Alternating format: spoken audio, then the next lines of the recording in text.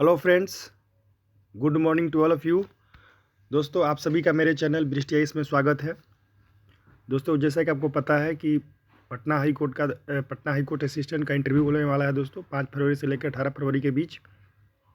उसके रिलेटेड दोस्तों, उसके संबंध में मैंने बहुत सारा वीडियो अपलोड किया है मेरे चैनल में। जाकर दोस्तों आप लोग प्लेलिस्ट में देख सकते हैं। पटना हाई कोर्ट के प्लेलिस्ट में दोस्तों जाइएगा, जिसके देखिए प्लेलिस्ट है, इसके प्लेलिस्ट में जाइएगा दोस्तों। तो देखिए, आपको देखिए जैसे ये वीडियो होगा Patna high court ASO interview का दोस्तों प्रोबेबल क्वेश्चन मैंने जो है वीडियो लोड किया है, आप जाकर देख सकते हैं कि क्या क्या संभावित क्वेश्चन हो सकता है। जैसे इंट्रोड्यूस योर सेल्फ, उसमें आपको अबाउट योर सेल्फ में जैसे आपको पता है कि आप अपने बारे में बताइए, आपका नाम क्या है, आपके नाम का कोई अगर अर्थ है तो बताइए, अगर आपका डेट ऑफ बर्थ क्या है, आपका डेट ऑफ जिस आपका डेट ऑफ बर्थ है, जो ईयर है दोस्तों, उसमें कुछ हिस्टोरिकल इवेंट्स हुआ तो उसके बारे में बताइए।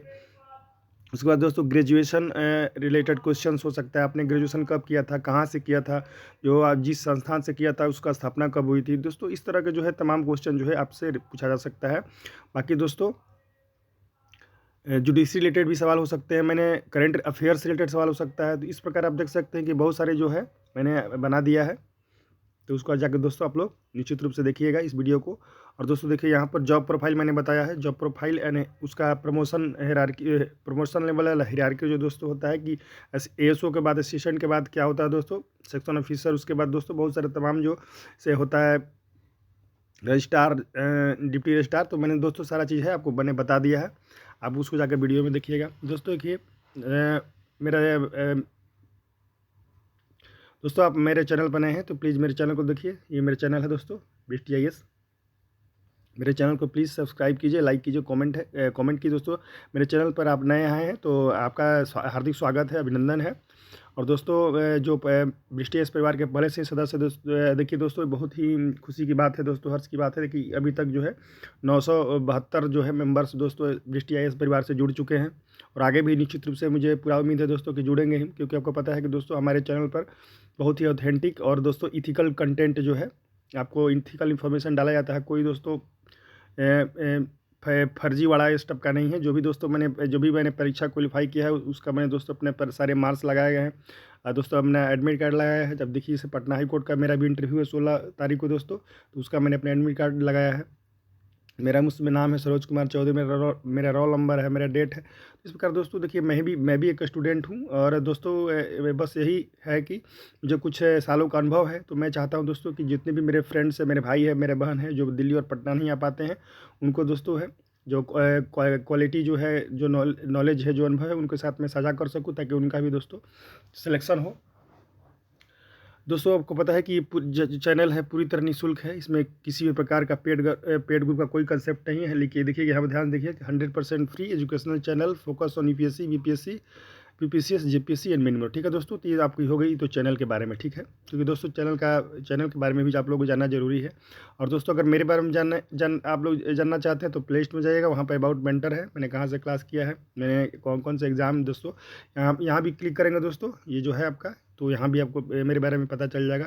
ठीक है दोस्तों, हम लोग सीधे इंटरव्यू पर आते हैं। आपको पता है कि 5 फरवरी से लेकर 18 फरवरी के बीच में दोस्तों इंटरव्यू है। उसमें आपको इस वीडियो का दोस्तों मेरा मुख्य उद्देश्य है 3 एजेंसियों पर बात करना है। ठीक है दोस्तों, वो कौन कौन एजेंसी है मैं अब आगे बता रहा हूँ। आपको पता है कि एजेंसियाँ जो है प्रासंगिक है दोस्तों, रिलेवेंट है।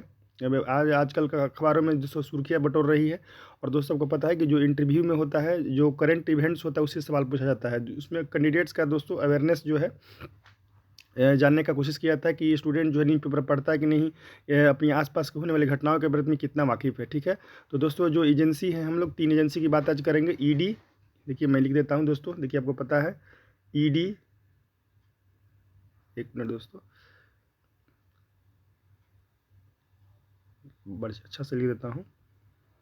एक तो आपका ईडी है, इन्फोर्समेंट डायरेक्टोरेट, ईडी हो गया दोस्तों। दूसरा है दोस्तों सीबीआई, पता ही होगा, सेंट्रल ब्यूरो ऑफ इन्वेस्टिगेशन। तीसरा है दोस्तों इनकम टैक्स। दोस्तों इन एजेंसियों को कौन नहीं जानता। ठीक है, तो ये तीनों एजेंसियां चर्चा में है। तो तीनों एजेंसियों के बारे में दोस्तों जो बेसिक इन्फॉर्मेशन हो सकता है कि किस विभाग दोस्तों इनका संबंध किस विभाग से है, इनके डायरेक्टर कौन है, ये कौन कौन दोस्तों जो कानून है भारत सरकार का, कौन कौन कानून को इम्प्लीमेंट करती है। ठीक है, तो इन सारे दोस्तों जो है आसपास इनके लोगों के बारे में हम लोग जो है बेसिक इन्फॉर्मेशन जानेंगे। जाके दोस्तों अगर आपको पता है कि ईडी बहुत ज़्यादा चर्चा में है और आईटी भी है, सीबीआई भी है। दोस्तों आपको पता ही है कि जो भी अभी बिहार में दोस्तों बिहार के पूर्व मुख्यमंत्री लालू प्रसाद यादव को दोस्तों ईडी ऑफिस में बुलाकर पूछताछ किया गया। तो उसी प्रकार दोस्तों अभी तेजस्वी यादव जो बिहार के पूर्व डिप्टी चीफ मिनिस्टर हैं उनसे भी दोस्तों पूछताछ हुआ। और अभी दोस्तों झारखंड में ईडी बहुत प्रासंगिक हो गया। आपको पता है कि झारखंड के दोस्तों अब दोस्तों सीएम अभी वर्तमान में सीएम है, क्योंकि आपको पता है कि नया सीएम ने अभी शपथ ग्रहण नहीं किया। चंपई सोरेन बनने वाले हैं, संभावित है दोस्तों कि चंपई सोरेन ही सीएम बनेंगे। लेकिन दोस्तों जो हेमंत सोरेन है जो वर्तमान में दोस्तों मुख्यमंत्री हैं, हालांकि उन्होंने इस्तीफा दे दिया है, लेकिन दोस्तों एक होता है कॉन्स्टिट्यूशनल प्रोविजन जिसमें जब तक कोई नया सीएम शपथ नहीं लेता है, तो राज्यपाल ने अभी क्लियर नहीं किया है।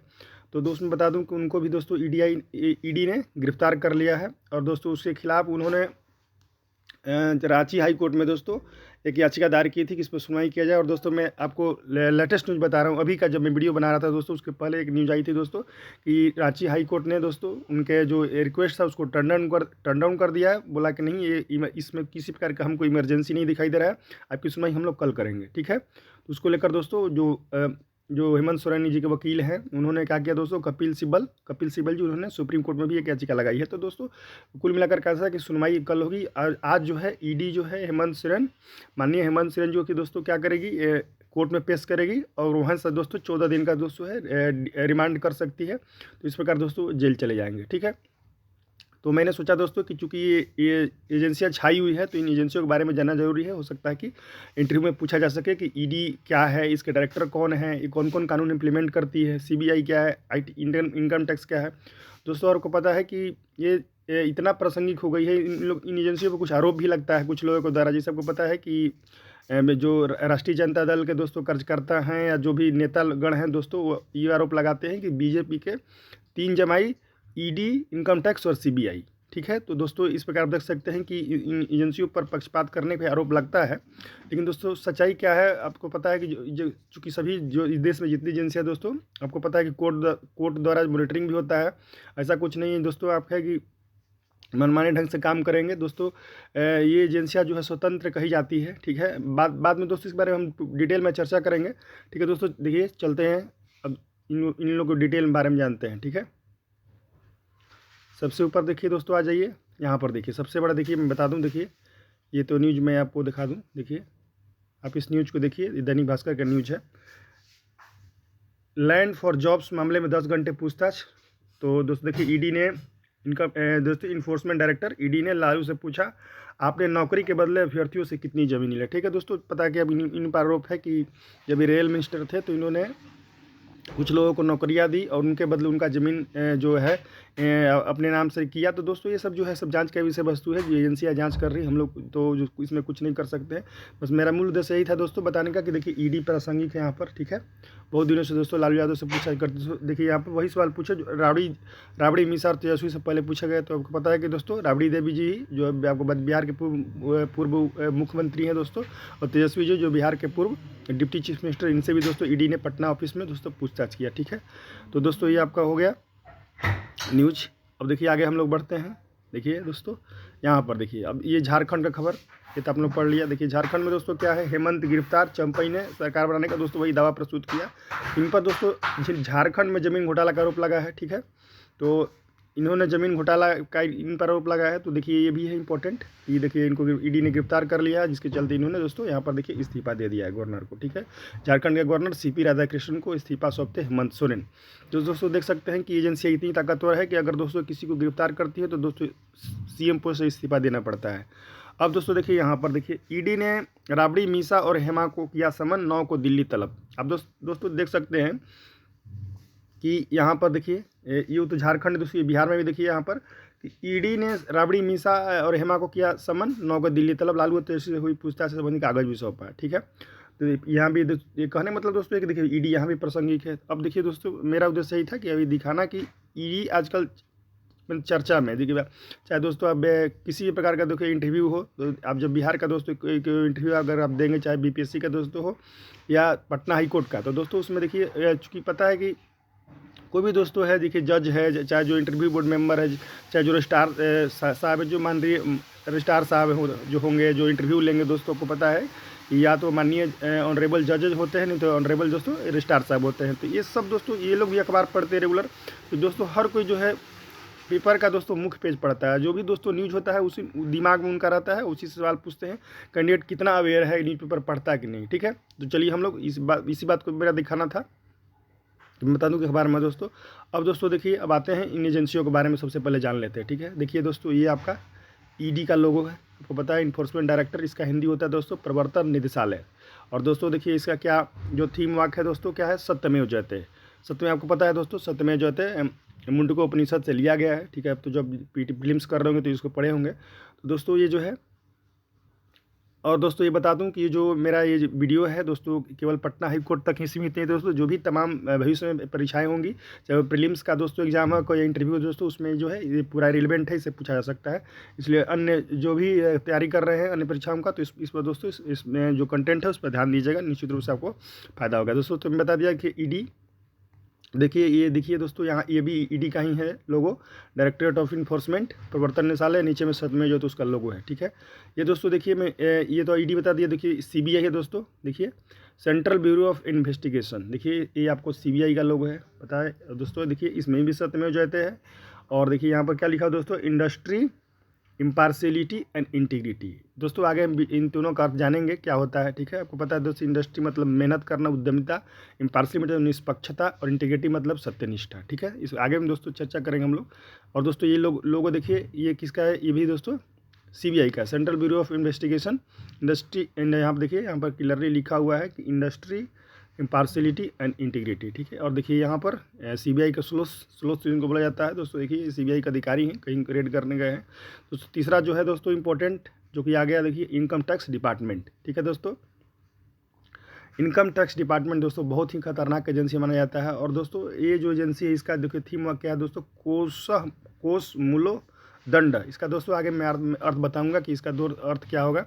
दोस्तों ये एजेंसी से बेसिकली कौन डरते हैं दोस्तों, तो ये मतलब देखिए दो गलत काम करते हैं। ठीक है, और दोस्तों इससे गरीब लोग नहीं डरते हैं। पता है कि जो मान लीजिए जो दोस्तों गरीबी रेखा से नीचे है, उसको दोस्तों इनकम टैक्स डिपार्टमेंट से कोई मतलब नहीं है। मेनली दोस्तों बिजनेसमैन जो होते हैं, चाहे दोस्तों डॉक्टर्स हों दोस्तों, वो जो आपको पता है कोचिंग एजेंसी जो कोचिंग खोले हुए हैं दोस्तों, उनके बड़े बड़े दोस्तों मालिक हों, या दोस्तों जो भी होटल वाले हों, कहने का मतलब दोस्तों बिजनेसमैन को पता है कि वो बिजनेस में जो दोस्तों देखिए जो ईमानदार बिजनेसमैन है उनको कोई डरने की ज़रूरत नहीं है।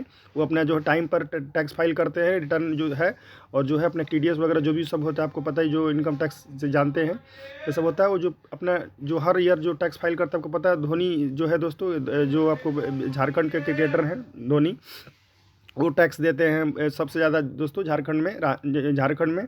और दोस्तों वही उसी प्रकार जितने भी दोस्तों जैसे आप जो भी फेमस पर्सनालिटी दोस्तों अपने जो है टाइमली इनकम टैक्स देते हैं, कोई डरने की ज़रूरत नहीं है। तो दोस्तों इस मामले में मैं बोला जो करप्ट बिजनेसमैन है वो बहुत इनकम टैक्स से डिपार्टमेंट से बहुत डरते हैं। ठीक है दोस्तों, देखिए चलिए अब आगे हम लोग देखिए लोगों मैंने दिखा दिया। अब दोस्तों देखिए मैं बताता हूँ। हाँ दोस्तों, आगे वाले वीडियो में कोषामूल दंड जो है इसका मैं मीनिंग बताऊंगा। देखिए सबसे पहले जान लीजिए इन्फोर्समेंट डायरेक्टोरेट। देखिए यहाँ पर पढ़िए दोस्तों, ये आप इंटरव्यू के लिए बहुत इंपॉर्टेंट है। यहाँ पर देखिए दोस्तों पढ़ेंगे हम लोग। The directorate of enforcement is a domestic law enforcement agency and economic intelligence agency. देखिए दोस्तों इन्फोर्समेंट एजेंसी है, इकोनॉमिक इंटेलिजेंस एजेंसी है, responsible for enforcing economic laws and fighting economic crimes in India. दोस्तों जो इकोनॉमिक क्राइम्स होते हैं दोस्तों उससे लड़ने के लिए इन्फोर्समेंट डायरेक्टर है दोस्तों। ये देखिए इकोनॉमिक क्राइम होना चाहिए, उसमें कुछ पैसा का दोस्तों उसमें गमन वगैरह होना चाहिए, तो ही दोस्तों इसको जिससे कोई मर्डर कर दिया दोस्तों तो वो आपको क्या हो गया दोस्तों, वो इकोनॉमिक क्राइम नहीं हुआ, उसके पीछे दूसरा एंगल है। जैसे it is a part of, देखिए बहुत इंपॉर्टेंट दोस्तों, देखिए it is a part of, ये बहुत important, department of revenue ministry of finance government of India. ध्यान रखिएगा दोस्तों, जनरली लोग समझते हैं कि जो ईडी है वो गृह मंत्रालय के अंदर का था, लेकिन ऐसा नहीं है। ये जो है it is a part of department of revenue ministry of finance. ये आपको पता है वित्त मंत्रालय का दोस्तों जो आपको राजस्व विभाग उसके अंतर्गत आता है, इस बात को ध्यान रखिएगा। The enforcement director focuses on investigating and prosecuting cases related to money laundering. देखिए दोस्तों money laundering, foreign exchange violation and economic offences. It's primarily objective to curb the generation and circulation of black money to ensure compliance with the law। ठीक है दोस्तों, देखिए यहाँ मैं फिर से कर देता हूँ। देखिए दोस्तों यहाँ पर ठीक है, देखिए यहाँ पर क्या क्या लिखा है कि money laundering, foreign exchange violations and economic offences. Its primary objective to curb the generation and circulation of black money and to ensure compliance with the law concerning foreign exchange and prevention of money laundering. However, targets of the enforcement director have claimed that they have misused. दोस्तों ये तो अलग बात है, आरोप लगता है, ठीक है, लेकिन हम लोग को दोस्तों यही जानना है कि ये किस विभाग के अंतर्गत आता है, किस डिपार्टमेंट के अंतर्गत आता है, किस मिनिस्ट्री के अंतर्गत आता है, और दोस्तों किस प्रकार का क्राइम को दोस्तों इसका फंक्शन क्या है। तो दोस्तों आपको पता है कि वही ब्लैक मनी कंट्रोल करना, मनी लॉन्ड्रिंग केसेस की जांच करना, और दोस्तों इकोनॉमिक क्राइम से उसको जांच करना, ठीक है, बस इस बात को आप लोग ध्यान रखिएगा। तीसरा दोस्तों देखिए इंपॉर्टेंट जो जानने वाली जो इसमें चीज़ है जो कि बहुत इंपॉर्टेंट है दोस्तों, कि इसकी स्थापना आप देख सकते हैं कि 1956 में हुई थी, और अब्रेविएशन इसका ईडी है।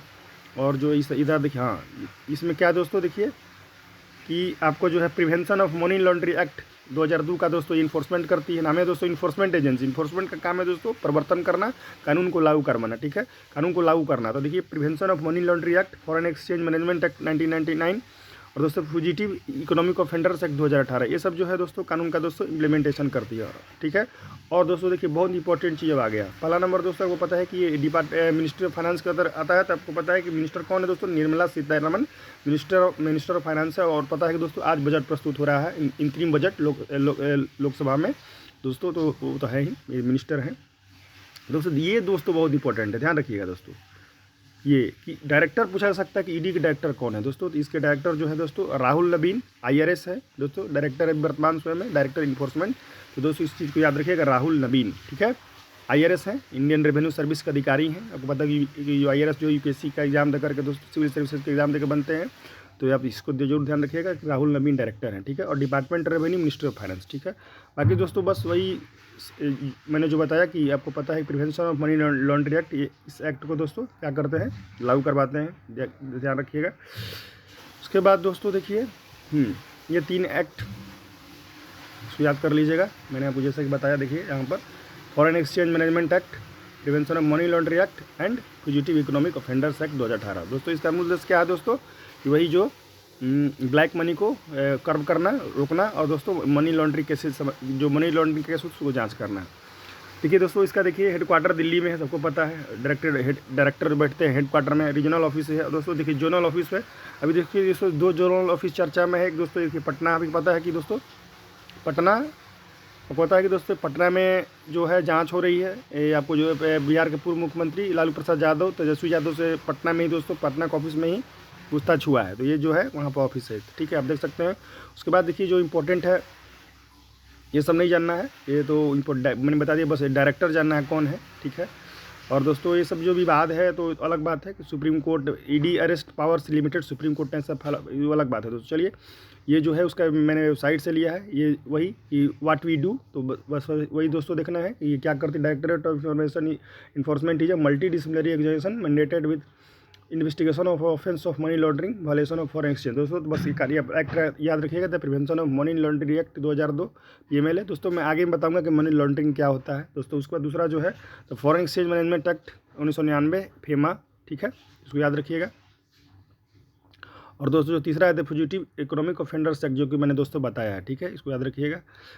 ये देखिए दोस्तों, हाँ एक चीज़ और मैं यहीं पे बता दूं दोस्तों, ये भी पूछा जा सकता है इंटरव्यू में कि अभी जो G20 का दोस्तों हाल में बैठक हुआ है, देखिए दोस्तों 1 मिनट, हाँ ये G20 का दोस्तों बैठक हुआ है, तो उसका थीम वाक बताइए। तो दोस्तों पता है उसका थीम क्या है, 1 अर्थ 1 फैमिली 1 फ्यूचर, उसका वसुधैव कुटुंबकम भी आपको बोल सकते हैं। तो ये दोस्तों ये आपको पता है 69 मेंस में भी इससे सवाल आया था कि वसुधैव कुटुंबकम मतलब जो कैसे प्रतिबिंबित होता है। तो ये आप ध्यान रखिएगा कि इसका थीम पूछा जा सकता है कि हाल ही में जो बैठक हुआ G20 का, तो दोस्तों उसको पूछा जाएगा कि उसका क्या थीम वाक है। तो 1 अर्थ 1 फैमिली 1 फ्यूचर, ठीक है दोस्तों, तो इसको ध्यान रखिएगा। अब चलिए हम लोग, मैंने जैसा कि बताया वही बात है, मैंने पहले दोस्तों विकीपीडिया दिखाया था, उसके बाद देखिए राहुल नबीन ऑफिशियल जो साइट है वहाँ पर देखिए लिखा हुआ है राहुल नबीन डायरेक्टर ऑफ इन्फोर्समेंट है, ठीक है। और दोस्तों यहाँ बता दें जो पटना और रांची दोस्तों जो कि चर्चा में है, तो देखिए यहाँ पर देखिए पटना जोनल ऑफिस के दोस्तों हेड हैं यदुराज सिंह, और दोस्तों रांची जोनल ऑफिस के हेड हैं कपिल राज। दोस्तों इनका डिजिग्नेशन देख लीजिए किस पोस्ट पे है, यहाँ पर ये लिखा हुआ है कि आपको पता है IAS अधिकारी होते हैं। तो ये दोस्तों यदुराज सिंह जो कि पटना में दोस्तों ये है जॉइंट डायरेक्टर, और कपिल राज दोस्तों ये है एडिशनल डायरेक्टर, ठीक है।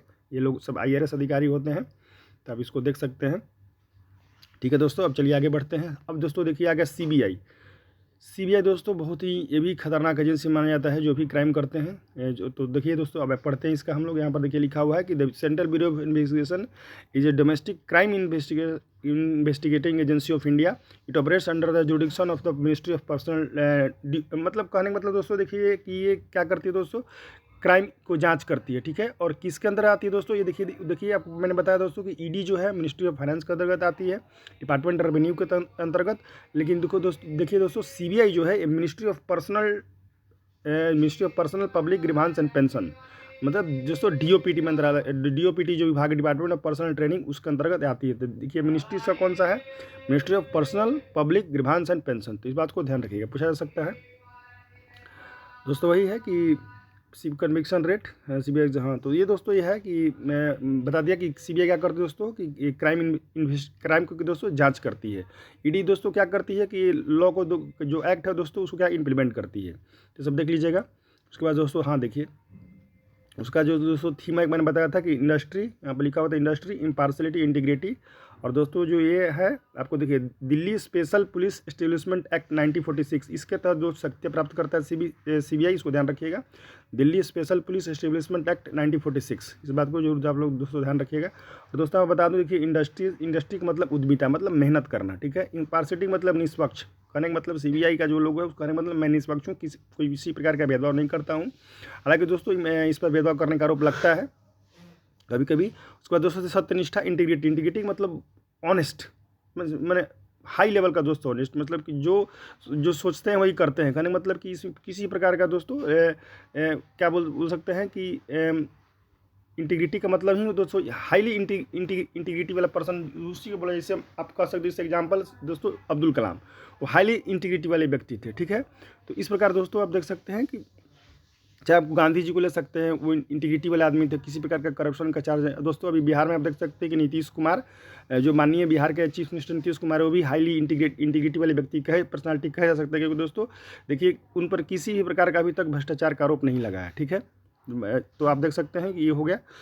उसके बाद दोस्तों देखिए ये डायरेक्टर जानना जरूरी है। हाँ देखिए बहुत इंपॉर्टेंट जान लीजिए। सबसे पहला दोस्तों देखिए यहाँ पर एग्जीक्यूटिव एजेंसी का दोस्तों डायरेक्टर है कौन है दोस्तों, प्रवीण सूद जी। ठीक है, ये IPS अधिकारी होते हैं दोस्तों, तो ध्यान रखिएगा। और दोस्तों डिपार्टमेंट ऑफ पर्सनल ट्रेनिंग, जैसे कि मैंने बताया डीओपीटी के अंतर्गत आता है दोस्तों। अगर मिनिस्ट्री पूछेगा, ministry of personnel public grievance, इसको ध्यान रखिएगा। ठीक है, इसका हेडक्वार्टर भी दिल्ली है, CGO कॉम्प्लेक्स में। तो ये दोस्तों आपको सीबीआई के बारे में हो गया। ठीक है, बस दोस्तों बेसिक जानकारी जानना है, कुछ में ज़्यादा मतलब तो नहीं है। और देखिए दोस्तों आप पूछेगा कि अगर कौन कौन सा दोस्तों यहाँ लिखा हुआ है, हेडेड बाय डायरेक्टर। और दोस्तों ये क्या करती है, Delhi special police establishment act 1946 से पावर ग्रहण करती है। उसमें दोस्तों IRS ऑफिसर भी होते हैं दोस्तों, IPS भी होते हैं। ये सब दोस्तों करप्शन बता दिया, सब करप्शन का जांच करता है कोई भी। और दोस्तों देखिए ये सब जो है केसेस जो जांच हुआ है, वो फोर्स तोप जो है। उसके बाद दोस्तों 2G स्पेक्ट्रम का भी जांच सीबीआई ने किया था दोस्तों। उसके बाद इंडियन कोल एलोकेशन स्कैम का भी दोस्तों जांच किया था, तो इसको ध्यान रखिएगा आप लोग।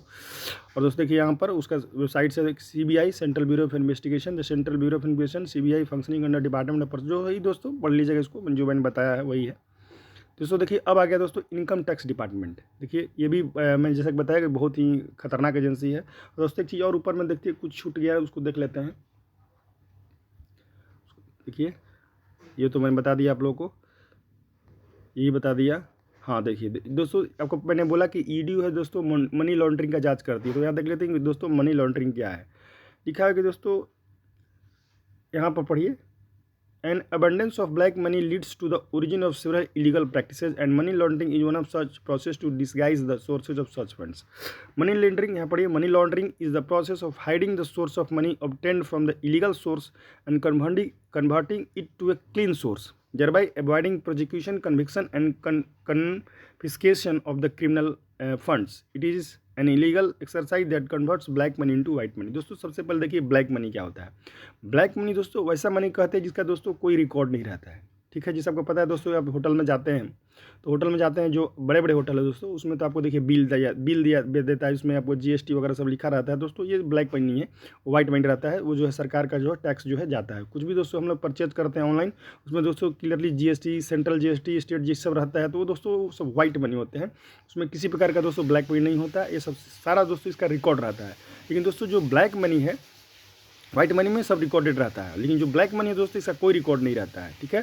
सपोज ये दोस्तों आप कहीं गए, किसी होटल वाला ने दोस्तों मान लीजिए 700 बोला, आपने कैश में उसका 700 दे दिए, लेकिन दोस्तों उसी किसी प्रकार का बिल नहीं दिया दोस्तों। उसने क्या किया, आपको उसी में से पता है कि होटल का दाम 500 होगा दोस्तों, 200 रुपये एक्स्ट्रा रख लिया, ठीक है। तो इसमें जो टैक्स नहीं दे रहे हैं दोस्तों, जिनका कोई क्या उसको बोल सकते हैं कि रजिस्टर्ड नहीं है, नहीं रिकॉर्ड नहीं है दोस्तों, वो होता है तो आपको ब्लैक मनी। दोस्तों ब्लैक मनी को रोकने के लिए दोस्तों ईडी जो है मनी लॉन्ड्रिंग वही कहते हैं दोस्तों, कि कह रहा कि money laundering is the process of hiding the source of money obtained from illegal sources and converting to the clean source thereby avoiding prosecution। का मतलब ये कि आपने जो गलत तरीके से जो पैसे कमाया दोस्तों, उसको क्या कर रहे हैं आप, उसको वाइट कर रहे हैं, आप उसको बता रहे हैं कि नहीं मेरा जो मेहनत कमाई है, ठीक है। तो उसी को दोस्तों क्या बोलते हैं, मनी को लॉन्ड्री किया जाता है, मैंने मनी को साफ किया जाता है, मैंने वाइट से क्या कि दोस्तों क्या कि ब्लैक से क्या कर दिए, इसको साफ करके वाइट कर दिए, ठीक है। इस बात को ध्यान रखिएगा कि मनी लॉन्ड्रिंग मतलब ये होता है कि जो इलीगल तरीके से जो पैसा कमाया गया है उसको क्या करना, वैध बनाना, लीगल बनाना, ठीक है। ये सबको पता है। एक दोस्तों सपोज कीजिए, मान लीजिए किसी आप देखे होंगे कि किसी गरीब के खाता में अचानक 20 लाख रुपए जमा हो जाता है, तो दोस्तों इसकी जांच होती है कि भाई सोर्सेज बताओ, तुम गरीब हो, तुम्हारे यहाँ 20 लाख कैसे आ गया। तो हो सकता है दोस्तों उसका जो मालिक है, पूंजीपति है, उसने पैसा को दोस्तों वाइट करने के लिए इस अकाउंट में डाल दिया। तो दोस्तों जो भी डाउटफुल अकाउंट्स होते हैं उसका दोस्तों जांच करती है एजेंसियाँ, और बाद में दोस्तों उसको पकड़ती है, ठीक है। तो ये हुआ आपका मनी लॉन्ड्रिंग, जान लिए दोस्तों। वही यहाँ भी है कि money laundering is the process of hiding the source of money, same चीज़ है दोस्तों। तो आप इसको देख लीजिएगा, क्योंकि आपको पता है कि डिफिनेशन आप जब बोलेंगे दोस्तों, आपको पता है कि इंटरव्यू में जो शब्द टर्मिनोलॉजी का यूज किया जाता है, उसी से दोस्तों सवाल पूछा जाता है। जैसे आप बोलेंगे कि ईडी का काम क्या है दोस्तों, मनी लॉन्ड्रिंग को कर्व करना, तो पूछेगा मनी लॉन्ड्रिंग क्या है। इस प्रकार का हर टर्म पर दोस्तों आप लोग को ध्यान रखना है। ये सब मैंने दोस्तों बता दिया। अब चलिए हम लोग सीधे नीचे, हम लोग कहाँ थे, CBI के बारे में दोस्तों हम लोग चर्चा करते हैं। इसका डायरेक्टर दोस्तों प्रवीण सूद जी है, को पता है, और ईडी का दोस्तों राहुल नवीन, इसको ध्यान रखिएगा, ईडी का राहुल नवीन। और देखिए फिर से देख लेते हैं ईडी का दोस्तों कौन है, ईडी का डायरेक्टर राहुल नवीन, या इसको याद रखिएगा। और दोस्तों ये जो CBI का कौन है दोस्तों, यहाँ पर देखिए प्रवीण सूद जो कि IPS हैं। और अब दोस्तों हम लोग आते हैं, मैंने बता दिया कि CBI कौन कौन कानून का इम्प्लीमेंटेशन करती है, ये सब हो गया दोस्तों। यहाँ तक थे हम लोग, ये मैंने बता दिया कि दोस्तों थोड़ा चूँकि इसमें तीनों एजेंसियों के बारे में चर्चा की, इसलिए वीडियो थोड़ा सा लंबा हो गया है। तो आप लोग कुछ नहीं करना है, 2x स्पीड पर इसको सुन लीजिएगा, ठीक है। इनकम टैक्स डिपार्टमेंट, हाँ दोस्तों देखिए ये बता दिया। ये दोस्तों देखिए इनकम टैक्स डिपार्टमेंट अब आ गया। देखिए इनकम टैक्स डिपार्टमेंट, जैसे कि मैंने बताया कि देखिए यहाँ पर लिखा हुआ है, इसको IT शॉर्ट में IT कहते हैं, जो government agency undertaking direct tax collection of the government of India. तो उसे डायरेक्ट टैक्स कलेक्शन करती है, मिनिस्ट्री ऑफ फाइनेंस के अंतर्गत आती है, डिपार्टमेंट ऑफ रेवेन्यू के अंतर्गत आती है। और दोस्तों इसका जो हेड बॉडी जो होता है दोस्तों, central board of direct tax, CBDT कहा जाता है, ठीक है। और दोस्तों कौन सा एक्ट का इम्प्लीमेंटेशन करती है, इनकम टैक्स 1961, ठीक है। तो ये उसके बाद जो और भी दोस्तों बेनामी transaction provision act and black money act 2015, ये सब जो एक्ट का इम्प्लीमेंटेशन करती है दोस्तों, इसको ध्यान रखिएगा। और दोस्तों देखिए यहाँ पर कोषः मूलदंड, ठीक है। इसका मतलब दोस्तों ये होता है कि जो खजाना है, धन है दोस्तों, क्या है राजकोष के लिए दोस्तों, क्या है जो राजकोष है दोस्तों, वो मूल क्या है, आगे दोस्तों बता देते हैं। तो उसके बारे में देखिए आगे हम बता देंगे, पहले आप ध्यान दीजिएगा। उसको मैंने यहाँ स्क्रीनशॉट लिया है। देखिए दोस्तों यहाँ पर सबसे इंपॉर्टेंट जो चीज़ है ये जान लीजिए, ये इंपॉर्टेंट है। आपको मिनिस्टर पता है कि मिनिस्ट्री ऑफ फाइनेंस के अंतर्गत आता है, निर्मला सीतारमण जी हैं सॉरी दोस्तों। इसका दोस्तों नितिन गुप्ता, देखिए जो चेयरमैन CBDT कौन है दोस्तों, नितिन गुप्ता। तो पूछेगा इनकम टैक्स के दोस्तों डायरेक्टर, दोस्तों पता है कि इनकम टैक्स को कौन दोस्तों हैंडल करता है, CBDT। तो उसके डायरेक्टर कौन है दोस्तों, नितिन गुप्ता, ये IRS अधिकारी हैं। तो दोस्तों इसको याद रखिएगा, नितिन गुप्ता। अब दोस्तों हम लोग देखते हैं ये सब हो गया है। हाँ जैसा कि दोस्तों बोला कि अब मैं आगे बताऊँगा। देखिए यहाँ पर देखिए कोषः मूलदंड का देखिए अर्थ यहाँ लिखा हुआ है कि कोष शब्दों से मिलकर बनी इस वाक्य में कोष का अर्थ होता है धन संपत्ति, ठीक है। कोष का पता है, मूल का अर्थ है मूल रूप से, और दंडा का मतलब छड़ी शक्ति, मतलब कोष मूलदंड का संयुक्त अर्थ क्या है दोस्तों, धन मूल शक्ति है, ठीक है। यहाँ भी लिखा हुआ है कि यहाँ पर देखिए ध्यान दीजिए, यहाँ पर देखिए कोसम मूलधन इसका अर्थ है राजस्व प्रशासन की रीढ़ है दोस्तों। मतलब कि जो रेवेन्यू है is the backbone of administration. दोस्तों आपको पता है कि किसी भी व्यक्ति के लिए भी अगर दोस्तों धन उसके पास नहीं है तो बस उसका मतलब कुछ नहीं कर सकता है ज़िंदगी में। उसी प्रकार दोस्तों कोई भी गवर्नमेंट है या कोई भी दोस्तों एजेंसी है, उसके लिए दोस्तों धन की बहुत ज़रूरत है। पता है कि बहुत सारी एजेंसियाँ दोस्तों धन के अभाव में या तो अपने कर्मचारियों को भर्ती नहीं कर पाती या कुछ जो खर्च नहीं कर पाती, जिसके चलते दोस्तों मतलब निष्क्रिय रहती है। तो इस प्रकार दोस्तों लिखा है कि जो राजस्व प्रशासन की रीढ़ है, कि जैसे भारत सरकार हुआ दोस्तों या बिहार सरकार हुआ दोस्तों, अगर ये लोग टैक्स कलेक्शन नहीं करेंगे दोस्तों तो जो विकासात्मक डेवलपमेंटल वर्क्स नहीं होगा दोस्तों। आपको पता है जितनी वैकेंसी आ रही है उनको सैलरी देना पड़ता है, पेंशन देना पड़ता है दोस्तों। देश की सुरक्षा है, आपको पता है पुलिस एजेंसियाँ लगी हुई है, आर्मी है, नेवी है, तो ये सब दोस्तों जो आपको पता है कि अग्नि मिसाइल बन रहा है, मंगलयान भेजे जा रहे हैं। तो इस प्रकार आप देखेंगे कि दोस्तों उसके लिए क्या चाहिए, पैसे चाहिए, रेवेन्यू चाहिए दोस्तों।